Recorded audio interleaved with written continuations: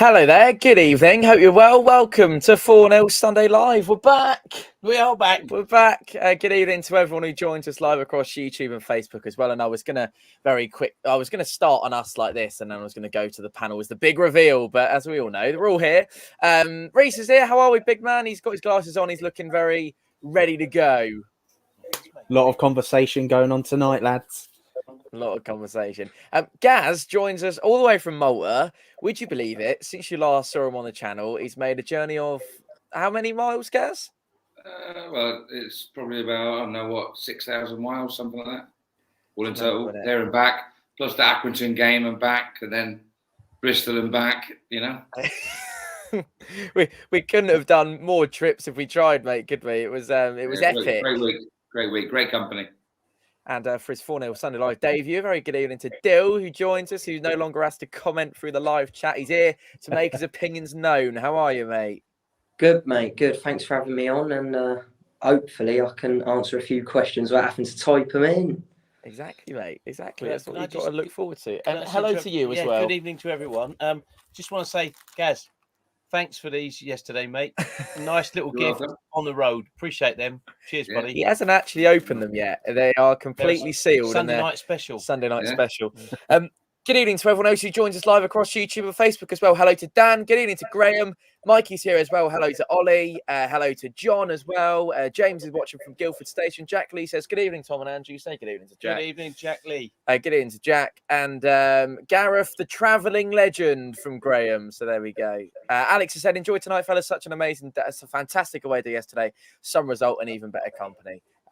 We'll have a good end to the weekend. Hello to Dean as well. Hello to Stephen, Alfie, loads of people joining us. 129, 133 of you joining by the minute here on 4-0 Sunday Live. Dan has said Sundays are great with the 4-0 team. That's nice of Dan, isn't it? Dan is proper bloke, Dan. And I think on Dan's profile picture, he's the one on the right, not the one on the left, just to avoid any confusion. Hello to David, who says, good evening, Tom, Andrew, and the fellas. Let's get into it then, shall we? We're going to take a look back. We're going to get cracking. We're going to have a look back at our midweek trip against all the elements. The Blizzard Blues travelled to Accrington, Stanley. Good afternoon, Andrew. Yeah, good afternoon, Tom. Looking forward to Accrington. Stanley, are you? Now, bed review. Oh, that'll do. Should we go for a little swim? I think we should, yeah. 3 points as well. Fancy some of those? Fancy some of those. 2-1 Pompey. 2-0. It's actually going in my mouth. Yeah. I didn't think I'd ever say that on YouTube, but it's happening.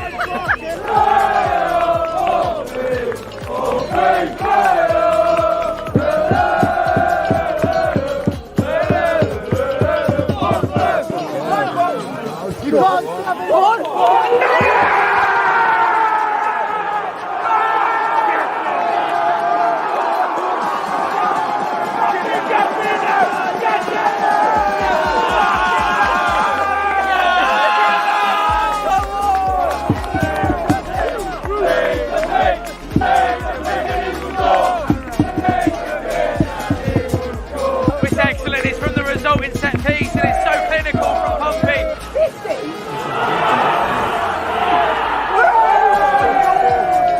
Second half, I'm confident. I think we'll score 2 goals in the second half. We'll finish the game 3-0.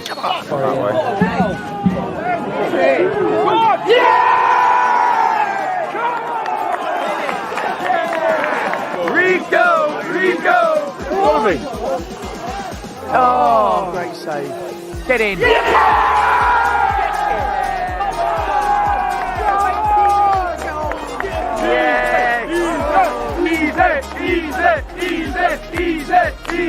Easy. We certainly got it done it. 20 goals this season. It all comes for the man behind the cat, Colby Bishop. A decent performance in the end. Yep.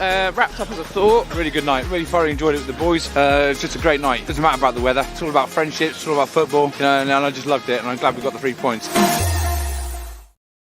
Night on the road on Tuesday night, and Gaz, actually, we say that it's been an epic week. Very strange game overall.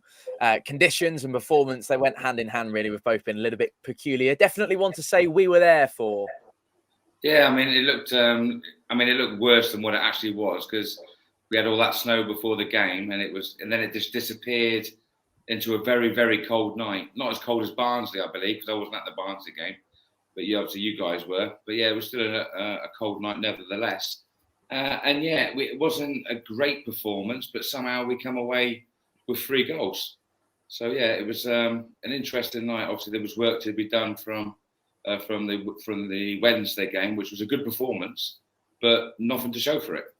And then you go to Accrington and you get something for it with not the greatest performance. But yeah, obviously the fans, we were singing our hearts out at the end there. And then performance-wise, obviously there was a few people that didn't perform as well, even though, we went away with the 3-1. But yeah, it was a more performance from Tuesday than what it was yesterday.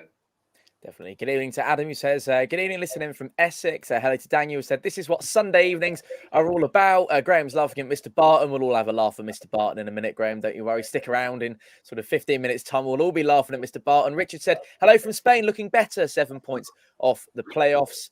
And David said, we can still dream of promotion as if we win 2 games in a row and Peterborough, Bolton and Wickham lose 2. We'll be 1 point off the playoffs with a game in hand on Bolton. Now that is positive thinking. Stephen said, great few days and good seeing you guys at Accrington in the snow and a perfect birthday for yesterday. Happy birthday to you, Stephen, if indeed it was your birthday, excuse me. Reece, it was a weird one, wasn't it? I should say that, and Gaz has alluded to it there, the picture we painted in terms of the snow wasn't the case for the full 90 minutes. If it had been, the game would have probably been called off. We had a good sort of 10, 15 minutes before, as he's mentioned, and bizarre light conditions. By the time the snow did stop, however, Accrington were down to 10 men, Pompey were 1-0 up, and that was only the beginning of a bizarre game.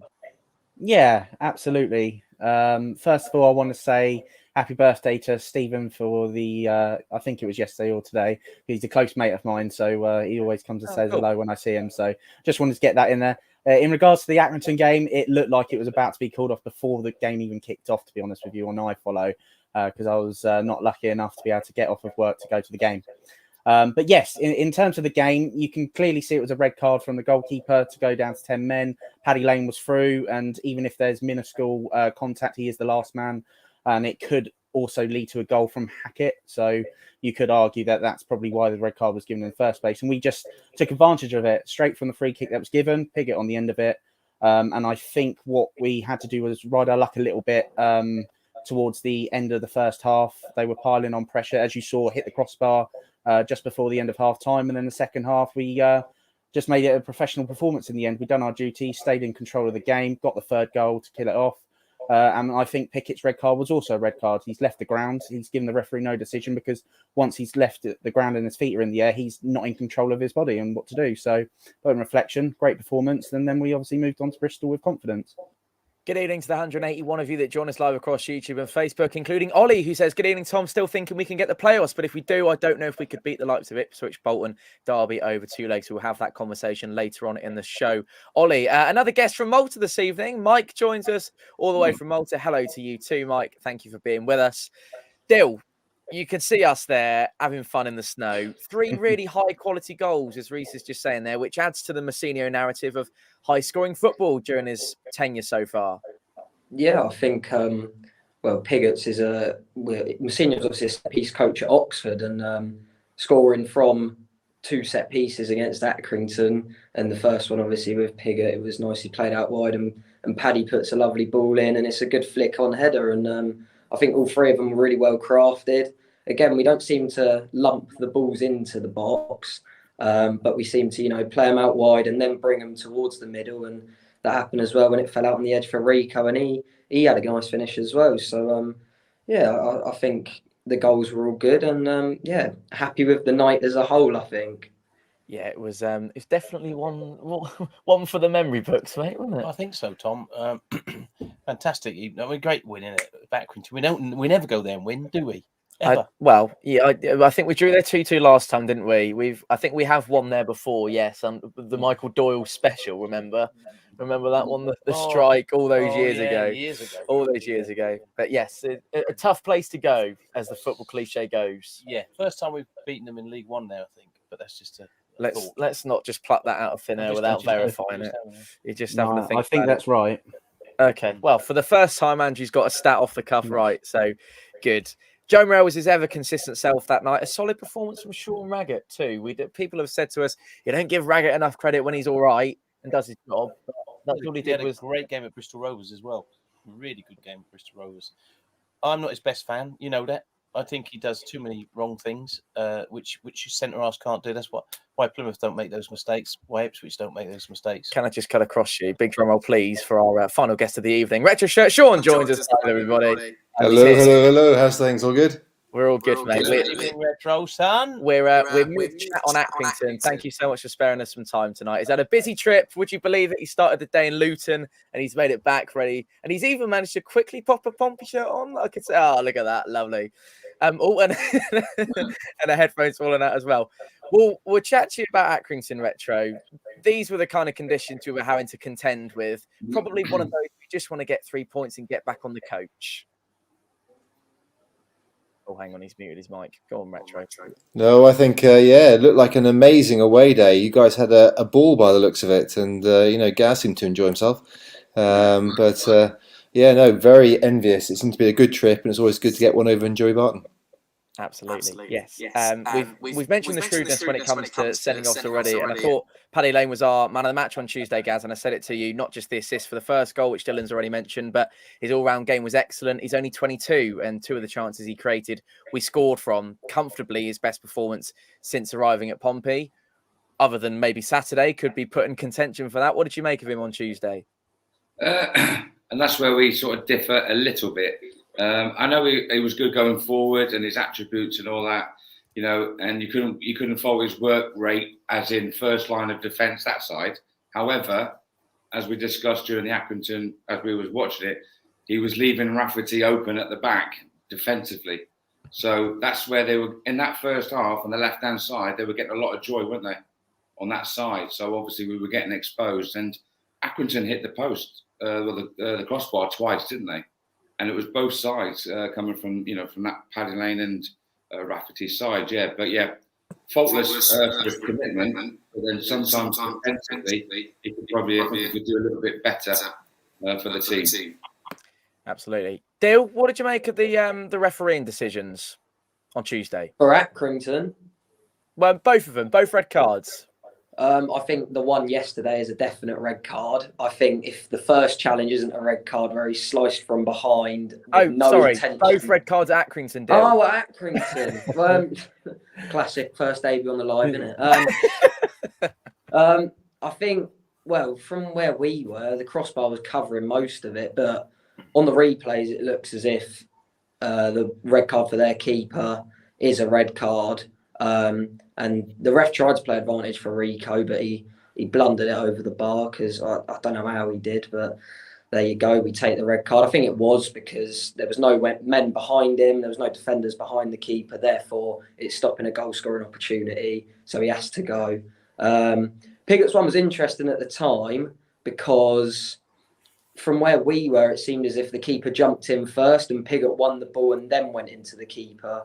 But I think on reflection, Piggott's left the ground. It studs up. It probably is a red card. Retro, we've mentioned the fact that we're not very free scoring and we don't have many goals in the team, and you've been a big advocate for that. But 5 goals in the space of 2 games this week is not something to be argued.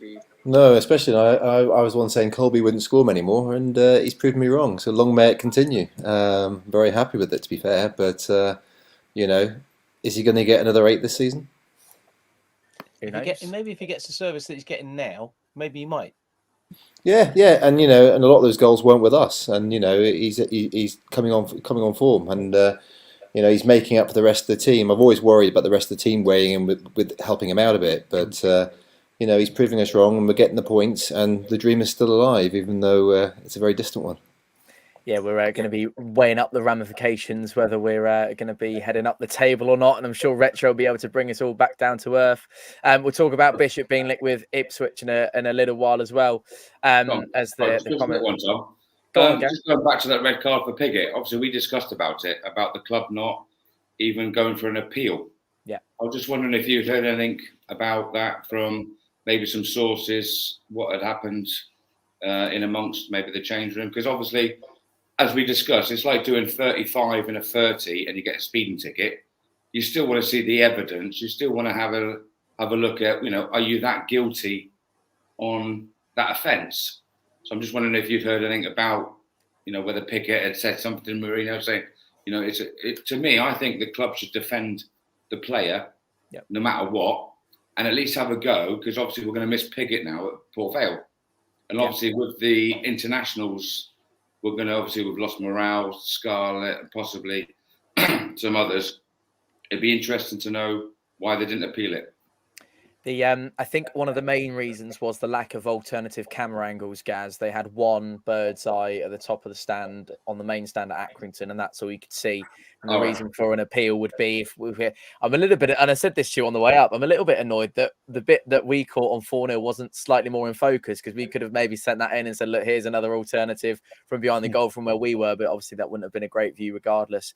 I think the lack of camera angles, I think also, and I'm not trying to, ruffle any feathers here. We've seen how much of an influence refereeing's had this weekend, both in the FA Cup just a couple of hours ago with Chris Kavanagh, and obviously we had the sending off at Bristol Rovers yesterday, and Joey Barton laying in, and Reece is going to give us all the latest on the Barton referee situation. As he's had a little, I'm sure we've had a little listen to the interview. I think they're very keen on supporting their own referees in terms of overturning decisions as well. Although that wasn't publicly said by Mourinho, I think that would probably be something that they're looking at and contending with. I don't know how would you see that? Would you have gone in and gone, right, let's appeal this regardless, or are you with Gaz on this, or are you thinking if we're not going to get it appealed, then you're wasting your time? Well, assuming it doesn't cost us any money to appeal it, I can't understand why someone wouldn't just bang one in. It's an email or it's a phone call, isn't it, from somebody? It might just get him off the hook. Who knows? It's a decision that's taken at a higher level, isn't it? Retro, how do you see it? Is it? I thought it was my understanding that if they appeal and it's not found, is the sort of punishment worse? Do they not extend it? Is there not something in there? Don't know. That's the thought. Because some people tell us, no doubt. Deal? Well, no, I sort of thought it was to do with if the appeal got turned down, then it would be extra money to pay for a fine for the red card. I'm just thinking about Morel's and how that wasn't. He didn't have a game extended, did he, for when he was sent off in the 15th minute against Oxford United? So whether that's, I don't know. If there isn't retro, would you have appealed it? if there isn't, I like your dad said, I just think it's one of those ones where unless it's going to cost you a lot of money, then I'd go for it. So apparently it's not like oh look, hard tackles every time. It's Pickett, It's just a shame that he got that. He went from hero to zero. Unfortunately, scored a great goal. He's on fire. Next minute, sent off. I do believe though that there was something on Twitter regarding it might have been Andrew Moon or Neil Allen that mentioned that they went to the obviously legal advisors within the club, and they just said obviously that it would probably be impossible to overturn it. So I think that might have made their judgment clearer as to what they were going to do with it. Not obviously knowing the outcome like you guys are just discussing. I don't know any of that obviously, but they might have gone through someone and pretty much said it's a dead cert, nothing's going to be overturned, but you never know unless you're maybe I remember wrongly, but I don't remember Joe Morel having an extension to his red card at the time. I don't know whether that was the case, and that was an unsuccessful appeal. So whether that stipulation is actually enforced, we do not know. But we'll move on from that, and we'll get cracking on. A lot of people saying that is the case, aren't they, in messages? They are, yes, but I'm just saying from previous of what we've had in the past. Joe was missing for 4 games, I think, after this, though, wasn't he? Anyway, well, I'm sure someone will tell us. Ian said Joe Morel needs to chant what a player he is. He does have a chant, Ian. Unfortunately, it's pre-watershed and we can't actually repeat it here on the channel. But I'm sure someone will be able to tell you. Maybe not in the comments, but there is it's an excellent chant and it's a really good listen. So it's got something to do with a Spice Girl. We'll put it that way. It's excellent. Right, let's move on then. Let's chat about yesterday. We're 20 minutes into the show. Thank you for joining us, the 208 of you that are here with us live. I was about to say all 5 of us. There's 6 of us this evening, would you believe? Yeah, what a treat. 6-a-side team. Gaz is all the way back from Malta. Leave the stream a like as he's indicating. And Retro's come all the way back from Luton. And Gaz has gone to Malta. So the lengths we go to for 4-0 Sunday Live. Let's take a look back then now. I think before we debrief yesterday's enjoyable day, let's remind ourselves of all the best bits from our 3 points in Bristol. Good morning, Andrew! Yeah, morning, Tom. What a lovely sunny day here on the way to Bristol. Gorgeous, and guess who's back in the back? It's Gas from Malta. It's Gaz from Malta. How are you, mate? Long time no see. Yeah, all the way from Accrington from That's it. Tuesday. How are we? Very good. Nice to see you. It's only Paul from Mercia, everyone. How are you? I'm fine, how are you? Nice to see you. And looking very trim, look at you. 2-0. 2-0. That's yeah. 2-0. This one's for you, Pepe. It's going to be Fournilwrittenalloverit today, yeah? Go on. 3, 2, 1. A bosh! And we've got a special shout out to give a very special someone, haven't we? Shout out to Mum! Happy Mother's Day, Bosh!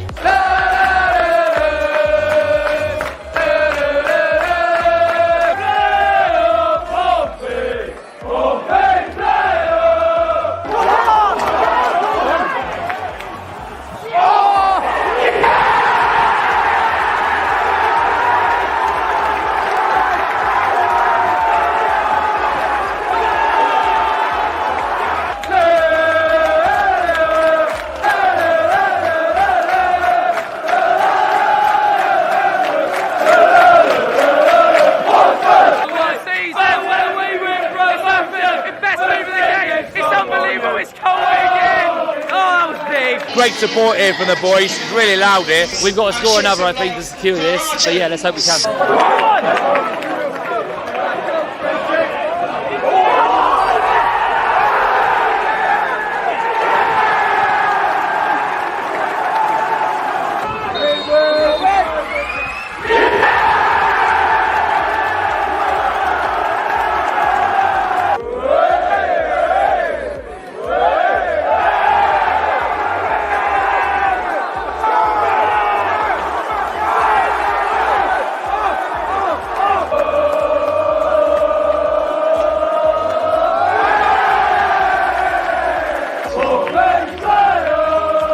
But you know, at the end of the day, we're leaving this place with 3 points. We are.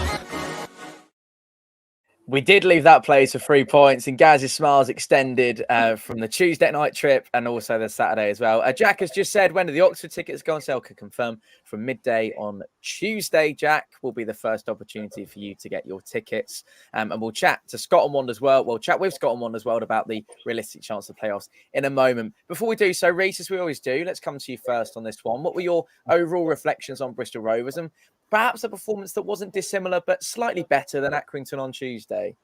Yeah, I think obviously the goal to start it all off with was very much questionable in terms of how far offside he was, because I was expecting Colby Bishop to come through my front door. He was that far off, but but at the end of the day, he's still got to finish it. You know, he's a striker with confidence at this moment in time, and also the second goal itself, the penalty. You've also got to look at it to see that Lane was in, and he would have probably scored that.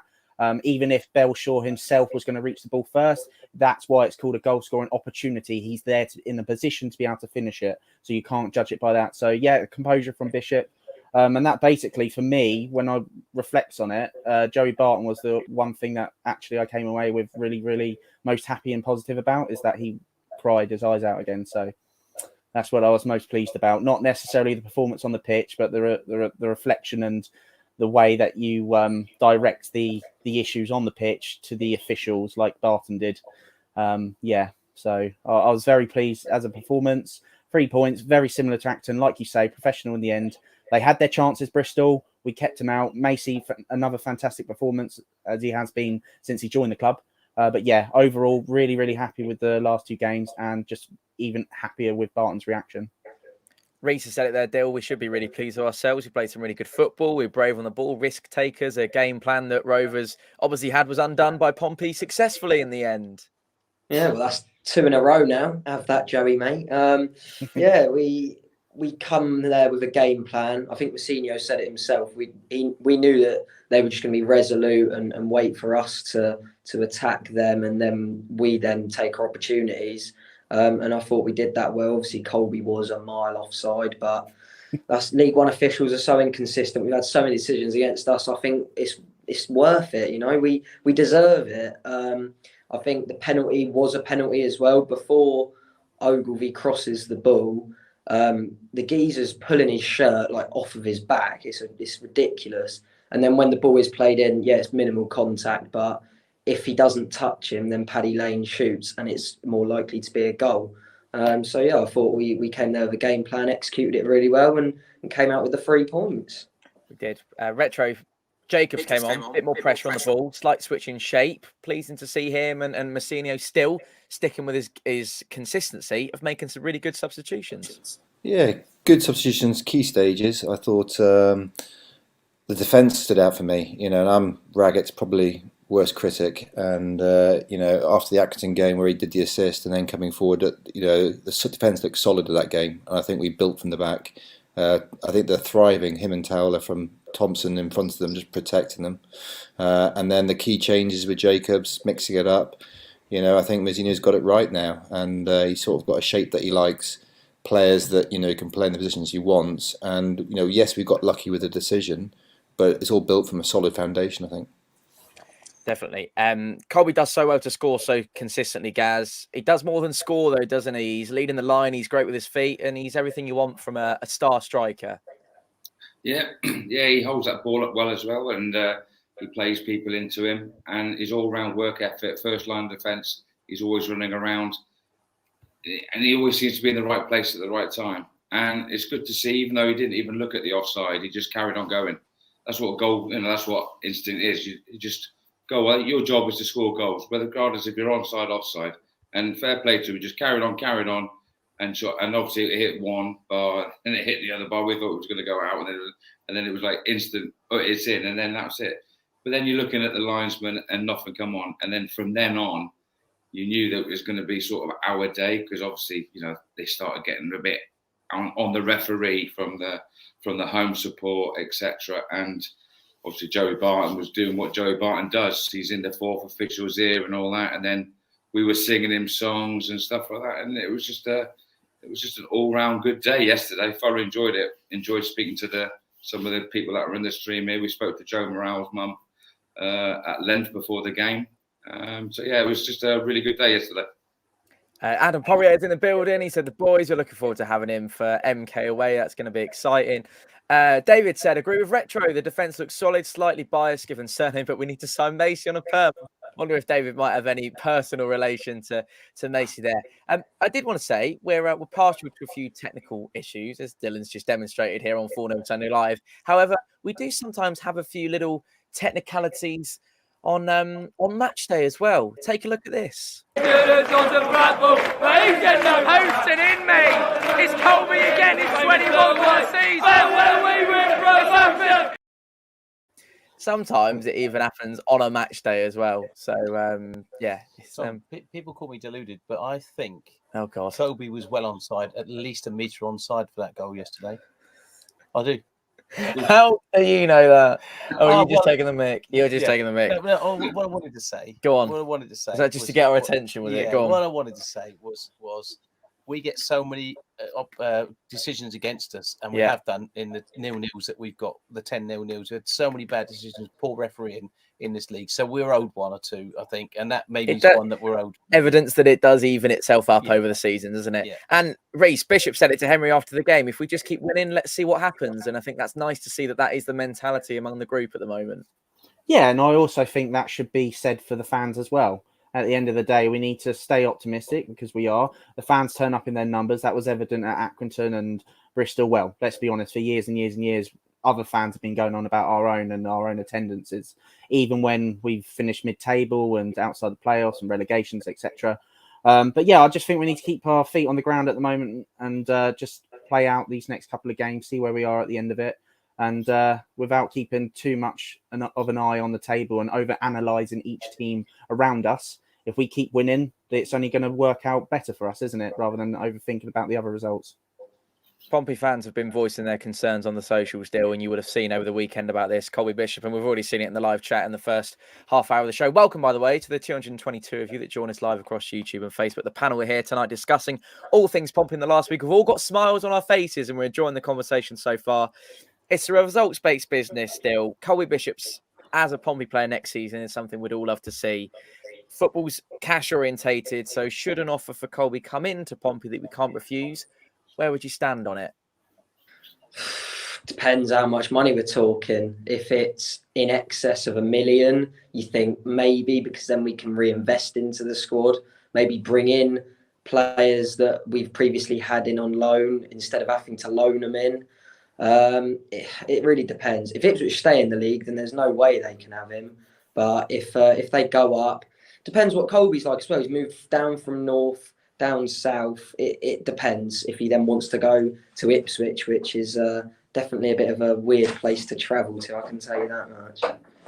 It is, yeah. Sean, there's a fine balance between ambition for the club and keeping their best talents. And I mean, I'm going to read some names out here that you're going to recognise. But remember Anderton, Mark Haitley, and perhaps even more recently, Peter Crouch, who, you know, keeping an eye on the balance sheet, but also you don't want to lose out on goals for the following season. So where do you stand on the whole Colby Bishop thing at the moment? I think, you know, if you're the manager, there's a conversation you have to have with Colby, because at the end of the day, you know, he's come to us. Obviously, we're trying to get promoted. If we don't get promoted, it's a professional discussion with him. You know, does he want to move? Does he want to stay? There's a money side for it for the club. But to get a player like that, you'd be spending a lot more money than we paid for him. And, you know, you have to have a grown-up discussion with him. Would he be willing to stay with us for another season for us to get promoted or not? And I think there's no point keeping a player who doesn't want to be there. So I think end of the season, have that discussion with him, see how he feels, and hopefully he'll stay. And hopefully we'll, you know, we're not after the money, but we need to get an awful lot to reinvest that kind of money into someone else. Gaz, where do you stand on the whole Colby Bishop thing? And perhaps it's a bit of a collateral damage of scoring 22 goals in a season in all competitions, that all of a sudden people like Alan Nixon on the socials will tweet that Ipswich are interested and try and stifle a little bit, maybe even to try and bring Colby's focus away from the football. But do you see him as a Pompey player next season, or maybe offers from the Championship coming in? Yeah, I mean, there could be offers for sure. But we know that, even speaking to his dad, Colby's very happy playing at Portsmouth Football Club. He loves where he is at the moment, and at the moment, he had a good career, obviously slightly before Portsmouth, but I think he's gone on to another level where he can achieve. I do believe obviously there will be offers, as I just mentioned, but if we're still in League One next season, there's no reason why we still can't build a team around Colby Bishop. Mm-hmm. So I do believe, and it's got to be a stupid offer coming in. I know it's a money business as well, but there's obviously a bit of loyalty as well, from the player as well. Sometimes you can have that. It all depends on where Colby stands with his head, If he really wants to be successful with Portsmouth Football Club, then Messina needs to have that chat with him at the end of the season and say, look, we're going to build a team around you and we're going to get promotion next season. But again, we don't know what's going to be happening in the future, do we? And the comments are having all sorts of opinions on this. Colby cannot cannot be sold for at least $5 million. Need players like Colby to get promotion. Ipswich fans ask, would he be good enough for the Championship? Jeff has said goal scorers are a rare commodity, so it's $3 million or go away. He's under contract and we can play hardball. Pompey in at Mush said, got to be 4 or 5 million. Haitley was 1 million Championship player, but at the time that was 40 years ago. Got to be four or five at least, and it's about the service. And actually, Reece, it's a nice position to be in, isn't it, with Colby? Because Pompey can actually play the hard game here. If we're not happy with an offer that comes in, you can go, actually, sorry, whoever it is, we're not interested in that. Go again. And, it's been a long time since we've had some kind of talent on our books that is tied down to an extended contract like Colby Bishop. Yeah, exactly. And at the end of the day, it's already been announced by, obviously, Massinio about how Colby's happy here.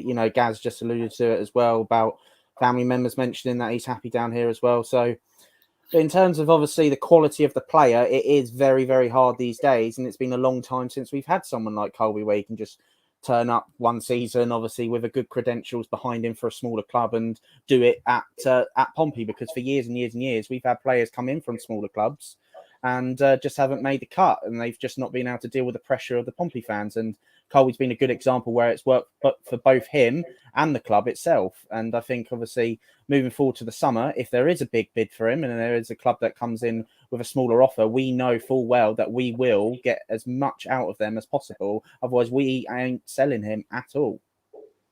Retro, just seeing your message into the internal thingy. I don't know about a release clause. What I do know is that Accrington do have some kind of sell-on fee agreement arranged with him. I know that their, I think it's their chairman or their chief executive who's quite active on Twitter, Andy Holt, has said that they have a sell-on fee embedded into his contract in there somewhere. The good news is for us, Retro, as Reece has alluded to, it's in our hands. And I think Gav made the comment just a moment ago on the screen here that he's glad it's in our hands and a 3-0 deal with an option of a further year. So he only goes if we allow him to. I think he's enjoying himself down here. He is only 26, Retro, and he's still going to be worth a lot of money in 2-3 seasons' time. Yeah, I agree. But, how many players score more than 22 goals a season? He's going to be at his peak of his worth this season. And will he do it again next year, even if we keep him? Well, we don't know, do we? We do not know. We'll move on from the Colby conversation in a moment. Gaz, just one more. Put quite simply, we don't really have any reason to sell him, do we? No, we don't. I mean, at the moment, this team at the moment, we've seen there's a lot of togetherness on that pitch. You see, even with that yesterday, when morale got sliced, everyone was backing him up, and everyone had each other's back.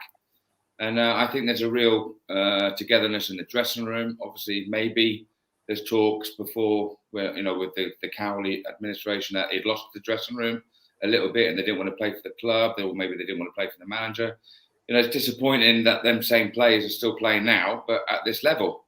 I know we've recruited some extras. Obviously, Tyler coming in at the back, and obviously the goalkeeper situation has changed massively with Griffiths. But there is some key players there that obviously just didn't perform at the time. But I think at the moment, you saw it afterwards as well with the Colby interview, when he was just chatting and he was having a laugh off camera with some of the guys that were just going past. There really is a togetherness amongst this squad. So if he's happy, why start again somewhere else? Because he's just starting something special here. And he knows when we start singing the Magic Hat, he loves it. And it's just, I don't think it would be in his interest to go away. Where's that one? Fran said, I don't see Colby leaving this summer. He's happy at the club and close mates with some of the players who are also at the club. I just don't want to see him leave. There's another comment about Larry on there in a moment. Jamie says, keep him and pay his wages. Do we want promotion, or are we going to be a club of sail out? And actually, Reece, viewers might be sat there tonight thinking, well, a 20-plus goal striker, so this will be the very last we talk about Colby Bishop. We will talk about a game in a minute. 20-plus goal a season striker will join the list of at Pompey, Chaplin, Burgess, Matt Clark, Jamal Lowe. Mentioned names like Peter Crouch earlier with Retro, who you could say we let go far sooner than we should have done. And perhaps this time, Pompey, bearing in mind under completely different footballing directive, which is what we shouldn't forget, might have learnt from the past. What do you think? Yeah, and you've literally just alluded to it right there, Tom, that it's in different management, different positions now with everybody within the club itself. We've got Richard Hughes now overseeing a lot of stuff as well. And having met Richard Hughes and obviously the boss himself at one of the supporters club the other week, I can clearly see the vision is meant to be changing from the philosophy of if they're good and there's a bigger club coming in for them, that we're just going to sell them and obviously profit the club that way. But the real ambition needs to be getting out this league. And if we're going to be serious about that, we need to keep hold of them big time. And I think that's the philosophy moving forward in the next couple of seasons, hopefully. Cameron said, I don't see Colby leaving this summer. You can't see on the pitch, and he's content. He's happy here and enjoying his football. But I can see a different story next summer if we see no progression from us. Dale, how many goals do you think Colby will get by the end of the season for Pompey? Could he hit 30, perhaps? How many have we got left? We've got 9 left, 10 left. I'd say if he got 26, it would be a very successful season. Obviously, or in the league. So, yeah, I'd say around about 26 I'd be happy with. Retro? Because I know you were a little bit... I'll take any more goals he's got quite happily, but, he's popping them for fun at the minute. And, even that offside yesterday, that finish was sublime. Just to watch it go in and bounce off both posts. And then the camera went to Joey Barton, which is perfect. Joey Barton crying. Pepe said, good evening, boys. The mother's taking priority today, unfortunately. I love the chants, by the way. Joey, what's the score? All sorts. Yeah. It was great. It was a brilliant away to be in. At one point, Gaz, it was like, oh, have we got any more chants other than ones related to Barton? But by the end, and especially when they were having chants after chants, Bristol Rovers, we should say, gave it a good old go yesterday, as we said in the video. But yeah, it was quite funny. And as I mentioned there, no surprise, and I'm sure everyone joining us tonight would have seen the reports that Ipswich would want Colby'S their number 9 in the Championship. Bear in mind, this comes from a guy called Alan Nixon, who is the same journalist who told us that Colby was going to Blackpool rather than Pompey. So take it with a pinch of salt, and we'll try and stick to our objective journalism here on the channel as best we can. There were plenty of cheery faces, not least Dylan and Gaz's in the away end yesterday. Not least these two. Take a little look. Take a little look at this.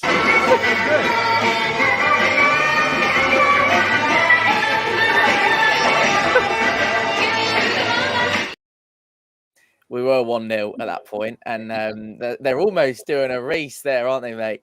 But we said it this morning when I rang you, when there's confidence in the club and amongst the players, that reflects in the stands and on the supporters' faces, and it's evident to see. Yeah, absolutely. And I loved saying that to you this morning as well, because on reflection, when obviously teams are under pressure and they're not performing and they're not getting results in that, although the fans will always be there in spirit and obviously turn up in their numbers and things, but this particular club, we know what it's like when the team are playing well and you can see they're gelling together on that pitch and off that pitch and confidence is running through. The Pompey fans absolutely love it, and they are literally that 12th man. And it's also been named by the players after some victories in the interviews and that, the importance of what the fans can bring. So yes, when there's confidence running through the club, there's confidence running through the fans, hence why we've got that optimism for the end of the season. Sadly, we've only got 15 or 20 minutes to go here on 4-0 Sunday Live. Thank you for being with us. To the 229 of you that join us across YouTube and Facebook this evening, there is a poll up and running in the live chat down below where you can vote for your Pompey man of the match yesterday. Your options are Joe Morrell, Colby Bishop, Ryan Turnacliffe and Riley Towler. Get your vote cast. You have the power to change that poll. It's not particularly close, as I'm sure you can imagine, but get down there nonetheless. Cast your vote and we'll be chatting it through with the panellists towards the end of the show. There was also quite a lot of excitement during our post-match debrief, wasn't there, Gaz? And we won't spoil it, but myself, Gaz, Hayward, Jezza and Andrew got well acquainted with some four-legged friends. So if you haven't seen that, head back to Fournilwrittenalloverit all over it from yesterday. Have a look towards the end, and I'm sure it will make you smile. It was interesting to see us stick rigidly to that diamond in formation yesterday. Towler and Raggett were a lot deeper than normal, as they were on Tuesday too, something we haven't seen under Mousinho compared to the usual kind of 2-4-4 we often find ourselves playing in. What do you reckon? Well, it was interesting because I said at the start, before the game kicked off, I wonder why he didn't play Jacobs in the number 10 role, just a straight swap for Pigott. But it seemed to have worked. I mean, the three in midfield with them, Thompson dropping back at times, then Morrell dropping back at times, and allowing Tunnicliffe to have the space that he did, seemed to have worked out well. And we got the wide positions going well. And yeah, I'd say I was overall happy with it. With regards to the refereeing, Select Group 2 referee James Bell got a lot of stick from Joey Barton, a lot of the conversation regarding Colby's opener, which we've already mentioned, and this might be an unpopular opinion, but there's Andrew saying about the offside. I don't think it is an unpopular opinion because I think we're all pretty agreed on that it is offside, and we don't want to shout that too high from the rooftops. And although the camera angle might be a little bit deceiving, it looks like it's pretty off. Nonetheless, take nothing away from the finish, as Retro was saying. The penalty, though, Reece, I think that's stone wall, and that's something that everyone can kind of empathise and sympathise with, whether you're Bristol Rovers or Pompey fan or watching it as a neutral. I used the term dogso in the video, which I don't know whether it might have got a bit misconstrued, but that would be denying an obvious goal-scoring opportunity, as it's said in the business. And bottom line, he pulls Paddy Lane back to what is otherwise a tap-in. And I think, sadly, Barton's just completely got it wrong with what he's saying post-match. And fortunately, I think for him, it was gave the referee, James Bell, very little choice. Yeah, absolutely. And at the end of the day, you can clearly see here the keeper's made the initial save, but he's lost it. And yes, you can obviously hear the interview yourself by Belshaw on the Bristol Rovers page, that he said that, I was about to reach for the second ball, it was mine. However, you can clearly see if there's contact in the box on the player incoming, you can clearly see that Lane was also there for the 50-50 technically. It's a goal scoring opportunity because if he reaches it first, that's in the back of the net. And it doesn't even matter at that point if it's a goal scoring opportunity because he's dragged down. If there's contact in the box, it doesn't matter if there's a goal scoring opportunity or not. If he's been pushed over illegally, then obviously it's going to be a penalty. So, and I just get boiled and my blood going when we talk about Joey Barton. That's all. It's just that he does my head in, especially when he's going on about obviously calling the referees and all that amateurs. I just found that absolutely ridiculous. These people are obviously been refereeing in the Championship, that referee did. And I understand there was decisions that were against him, like we just discussed, the offside and that. I completely understand that. But when you've had 17 chances in the game to be able to score, you cannot reflect just on the referee's decisions in the match. You have to take responsibility for your team's actions. We've been accustomed to it in the past where we've had loads of opportunities and obviously just haven't finished it. So, yeah, I think Stonewall penalty purely because of the contact and the goal scoring opportunity. So 2 things at once, really. Retro pen for you, mate? Every day of the week. No chance. I can't see how you can't give it. It was Stonewall. He's going for the ball 50-50 and he pulled him back and pushed him. Yeah. So it is what it is. You can't argue about it. And it's nice to get one. We don't often get something like that. If you look at that again there, Tom, just look at that referee. He's looking exactly where it is there. He's seen the arm come across, he's put him down. That for me is a Stonewall penalty. Joey Barton doesn't know what he is talking about. Often you see a player go across the other one. It wasn't even that. They were side by side, and he pulled him and then pushed him, and it was just Stonewall. Well, let's chat about the subsequent refereeing decision. James Bell was well involved in the last little part of the game with regards to the sending off, and we can remind ourselves in the panel of the whole melee that unfolded right down in front of us as well. So every time I have a clip on the side here, I kind of entitle them and give them different names. I'll just name this one Handbags because I think that's probably the appropriate name to use for it. You can watch it now here, viewers at home and the panel, which it unfolded right in front of us. There's probably 2 red cards in it. There goes the challenge. That's probably a red. And there's one for the reckless challenge and one for Gerald Kwanzaa's headbutt on our little man, Joe Morel-Rees. Yeah, and I've also got a slight small feeling, I don't know about you, but I don't think he likes Bristol Rovers very much. Joe Morel, for obvious reasons, of course. But yeah, like you said, I believe there is actually 2 red cards in that situation. So if the first one's not given anyway, and it's only a yellow, you're definitely getting another yellow for the headbutt. Although it might not have been, full on contact or very malicious, it still made contact with him. You can't be doing that. That was done with a bit of swagger from the ref as well, and it top pocket have some of that off your day. That was right in front of us. Gaz wasn't it, and Dill was in front of us. So Dill was even closer to it, but we saw it in real time. We saw it all happening. Did you initially think Gaz first one's a red and then second one's just kind of collateral damage from the melee, or do you think yellow then red? How do you see it? No, I mean I thought he's come from behind. He hasn't even got the ball. That's a straight red. Even with that, I don't think Joe needed to do what he did, but obviously he was frustrated and we went in for the retaliation. But what happened afterwards was, definitely going to be a red as well. So the referee had plenty of opportunities, but unfortunately, fortunately for us, it came out like it was.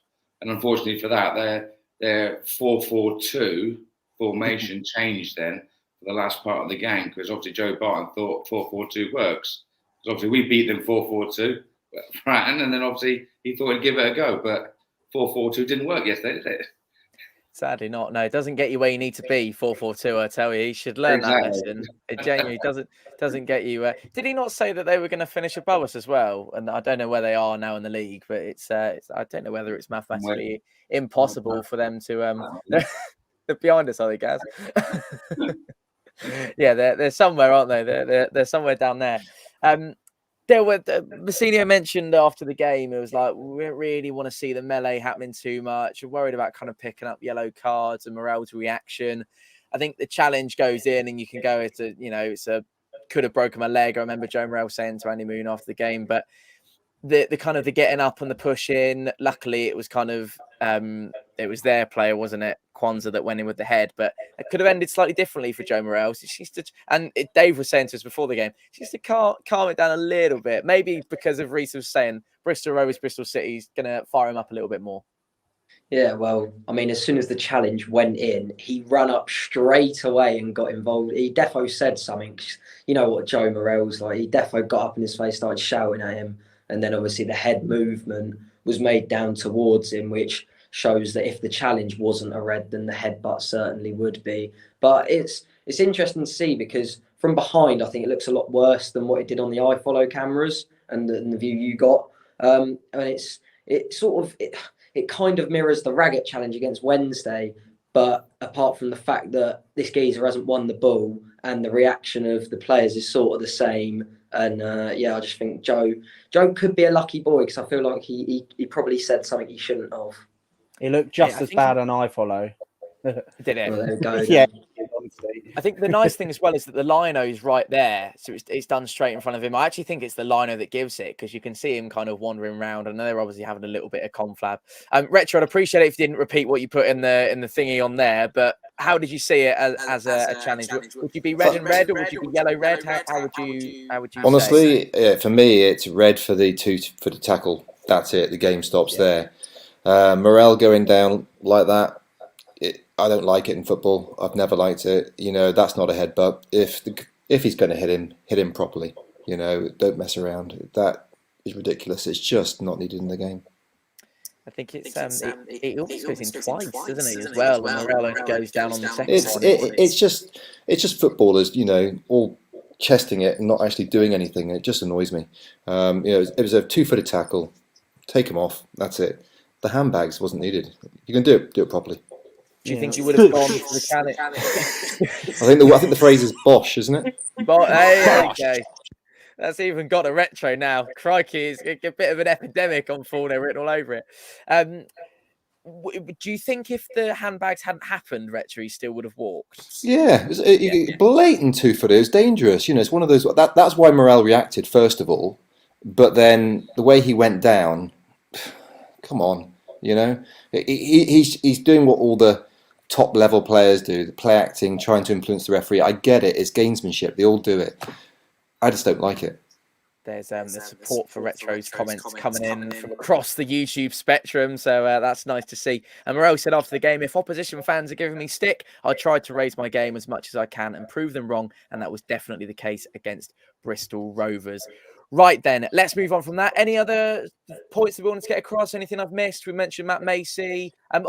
Let's do Gaz's special little player rating, shall we? Which we must do. We'll take a look at those, see what you make of them. I think maybe the standout, Gaz, is all greens in the back line. Good day at the office for the defenders yesterday.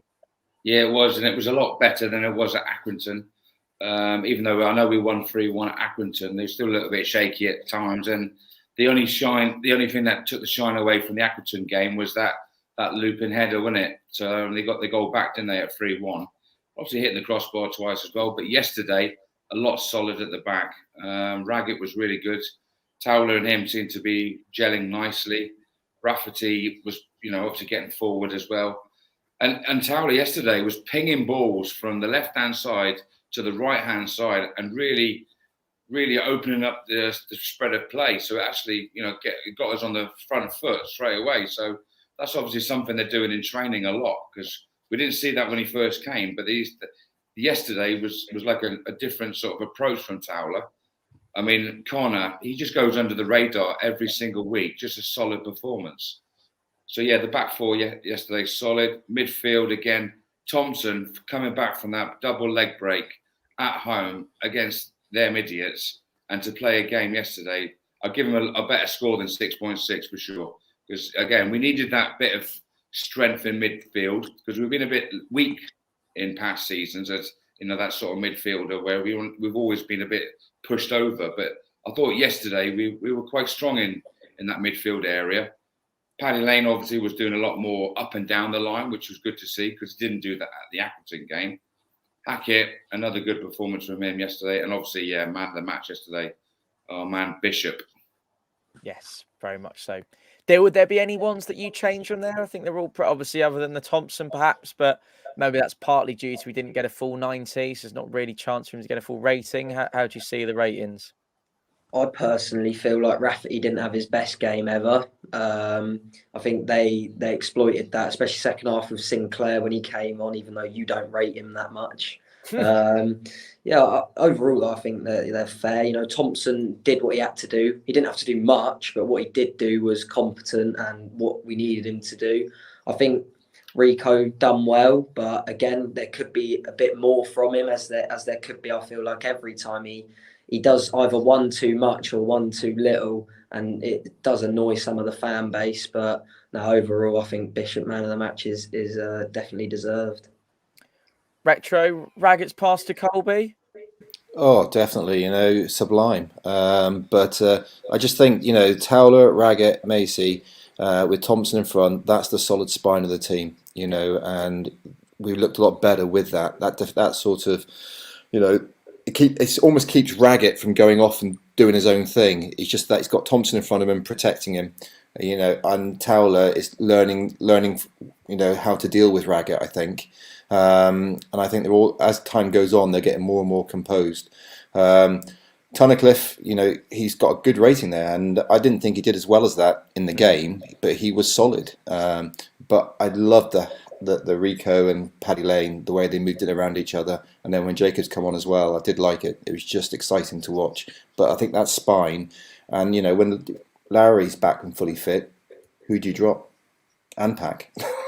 Well, that's it. I mean, all of a sudden you're causing yourselves problems, aren't you? Reece, is there anything else you wanted to add from what the boys have mentioned on the player ratings, or are we all pretty good on those? No, I think they're fair, to be fair. Oh, was that it? Yeah, to be fair, they're fair. Nice. We'll take that.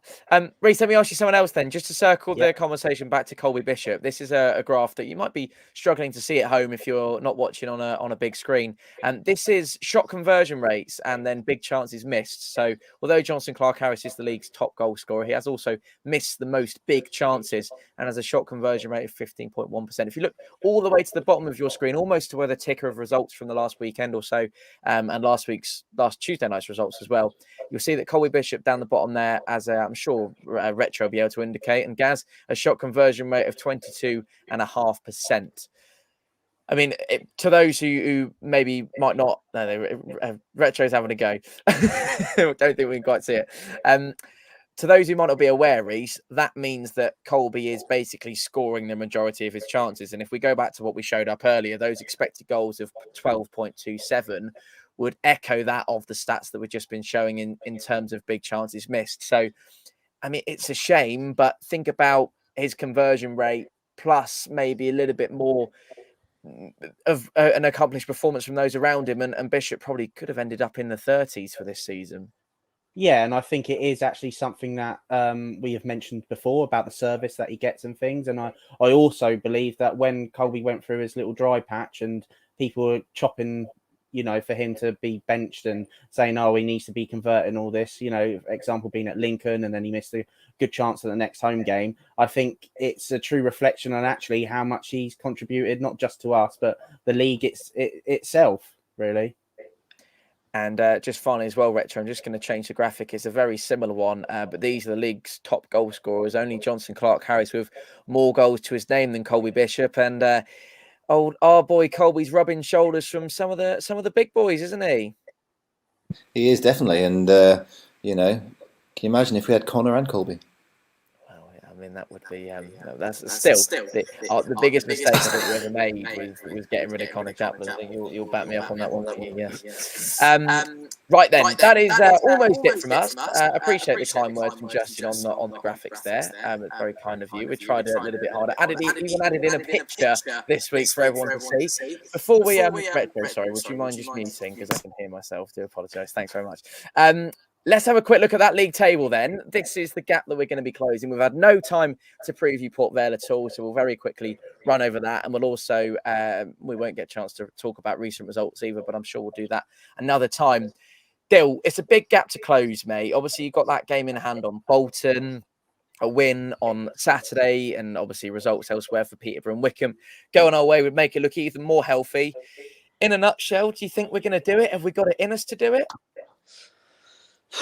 Big question. I said it at Barnsley. I said the run that we have compared to everyone else is the easiest. I think if we win our next 3 in a row, being Port Vale, Forest Green and Morecambe or MK Dons, I think we're well within a shout considering we have a game in hand on Bolton as well. Gaz? Yeah, like Dil just said there, our running, the run for the next 4 games is going to be interesting, especially with other teams playing teams in the top half that are looking for points as well. And that's why I think also Bishop could get 30 goals because of our running with obviously the teams we're going to be playing against. Confidence in this team is going to be high at the moment, and we're going to be taking that on into these next few games. So it's until it's mathematically impossible, you can't rule out playoffs. That's it, full stop. All these people saying, no, we're never going to get playoffs. What's the point of playing football? What's the point of listening and watching football? It's not mathematically impossible at the moment. So for me, there's a chance. I'll take it. Just a very quick mention. There was a comment there that's asking, will the Vale game be on? Have we had that Northern Ireland squad yet, Dill? I don't think we have. Have we? No, it's either tomorrow or tonight. So the concern at the moment, I mean, those of you more eagle-eyed will probably be aware of this, but at the moment I'm sure most people know that we're without Dane Scarlett and Joe Morrell for next Saturday. And I know we said after the game that I don't think Joe Morrell didn't think he would be missed by the boys, and Andrew Moon kind of laughed at him and went, but seriously, we're in such a good vein of run at the moment that he's not too concerned. I think the concern would probably be if we then lose Paddy Lane as well. You're then thinking Morrell, Paddy Lane, Dane Scarlett, and also the unavailability of Joe Pigott at the moment. And we talked about that at the top of the show with the lack of looking at that red card and seeing if that could be something we could quash and overturn. I'm obviously thinking, I don't know how you feel about this, Retro, but bringing in maybe Jacobs into that 10, and then you'd have Rico and Dale either side of Bishop, and then Thompson and Tunnicliffe, and then the normal back four would probably be one way of working it, but leaves us a little bit light, doesn't it? Would you play the game if Paddy goes to Northern Ireland? I'd prefer them not to tinker with it. I'd rather let the game go and do it at a later date.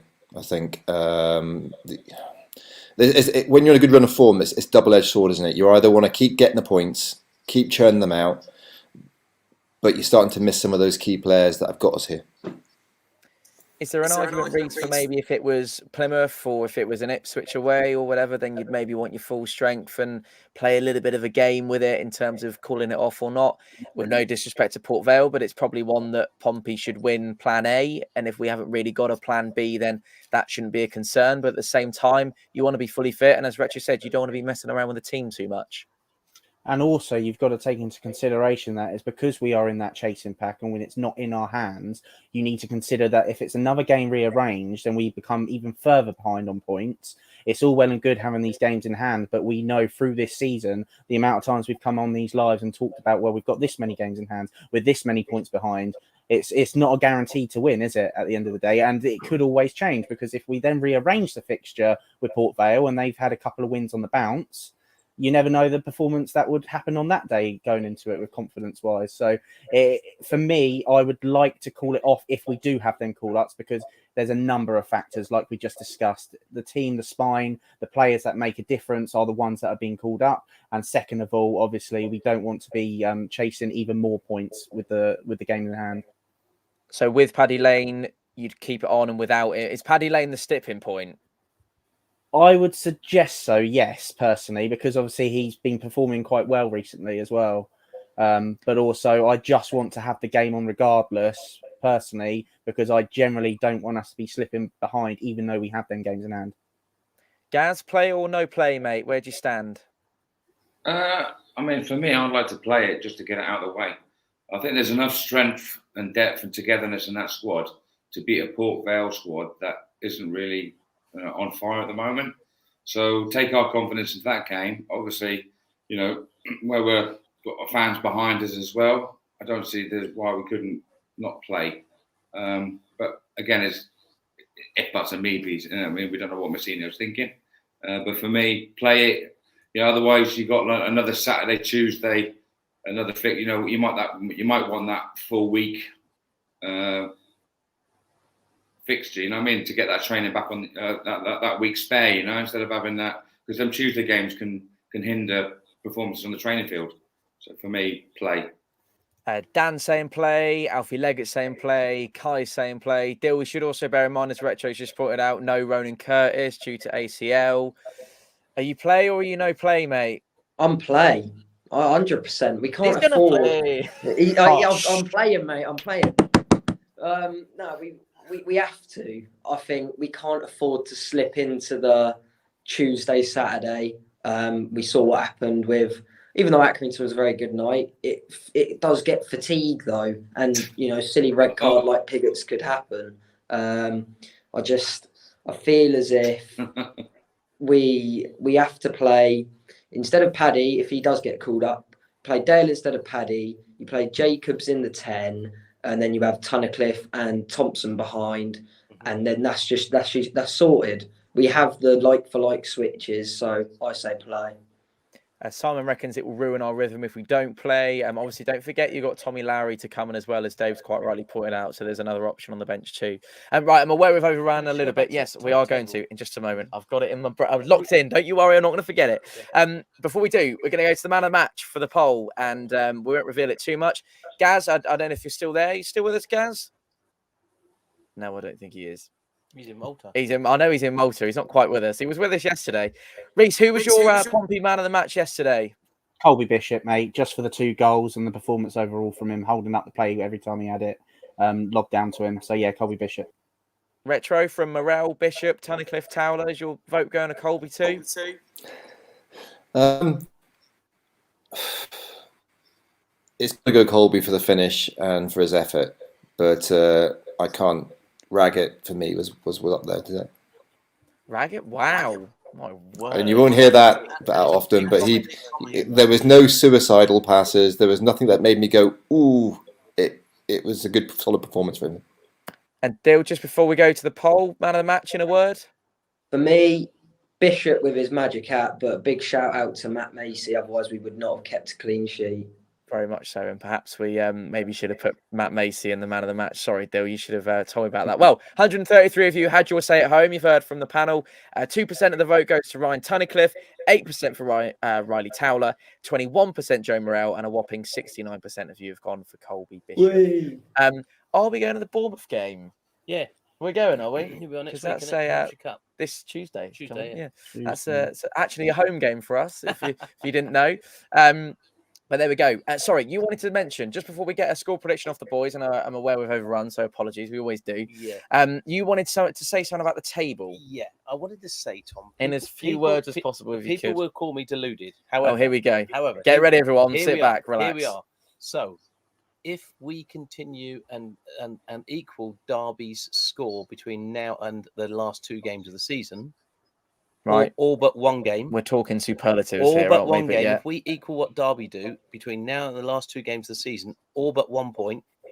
Yeah, so they've got to drop an extra point somewhere, or we've got to gain an extra one somewhere between that and us. Then we go to Derby last game away. Yeah. And we beat them. Yeah. And then we beat Wickham in the last game, and Derby lose the last 2 because Derby's last game is away at Sheffield Wednesday. Yep. And the last game at home is against us.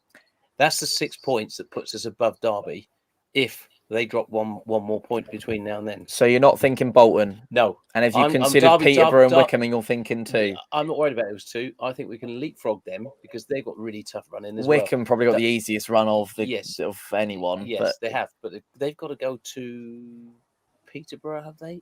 Or I can't remember. No. They've got a couple of tough games. I don't think so. But it'll be teams they've got to play like us that aren't so.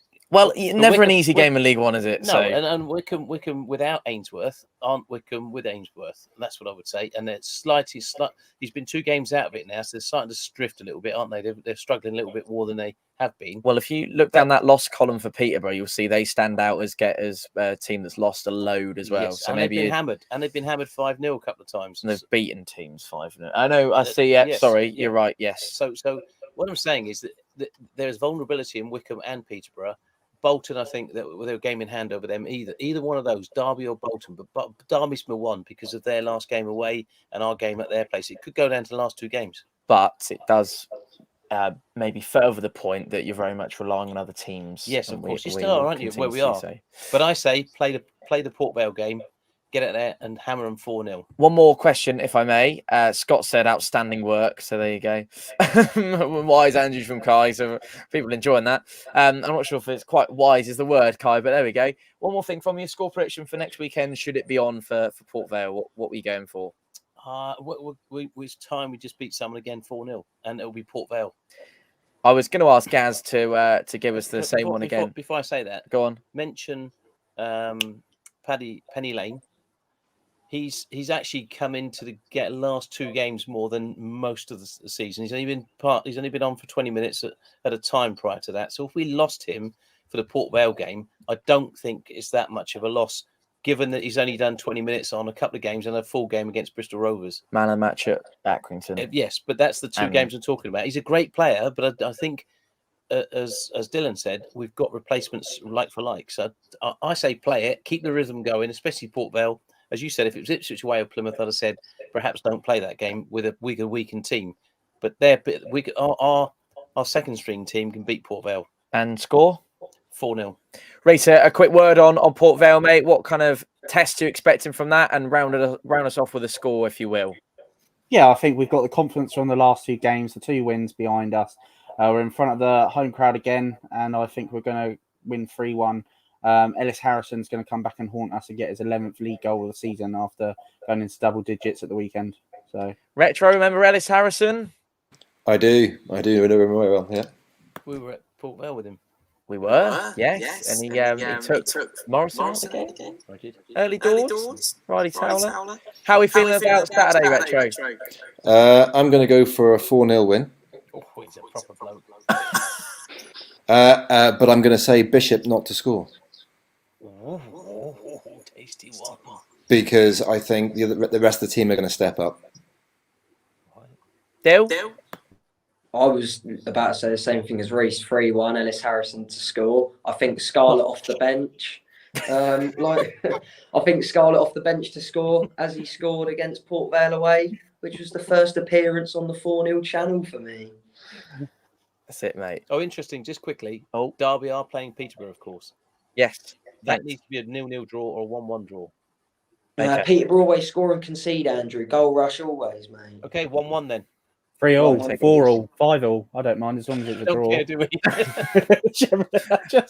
And on that note, what we do care about is that you've joined us for an hour and 12 minutes here live on 4-0 Sunday Live. We very much appreciate you being here for the duration. If you have been, I appreciate these boys. And Gaz has left us. I'm sure he'd like to say goodbye, and I'm sure he'd probably go for it. I was about to say to him, because he predicted 2-0 right, and I went, I want to go with Gaz. Whatever Gaz said, I was going to go with him. Let's pretend he said 4-0. It's going to be 4-0 written all over it. Bosh. Right. Love it. Have a great week. We'll see you Saturday, hopefully. Fingers crossed. Thanks to Retro for sparing us some time tonight. Reese and Dill will be back. Don't worry, Dill will be back, and Reese will always be back because Reese is always back, isn't he? The ever dependable Reese. Are you coming back as well? He's doing his dance. Everyone's doing the dance. Are you coming back? I'll be back. You're coming back. Lovely. We'll see you next weekend. Keep the faith, and as always, play Play out. Pompey.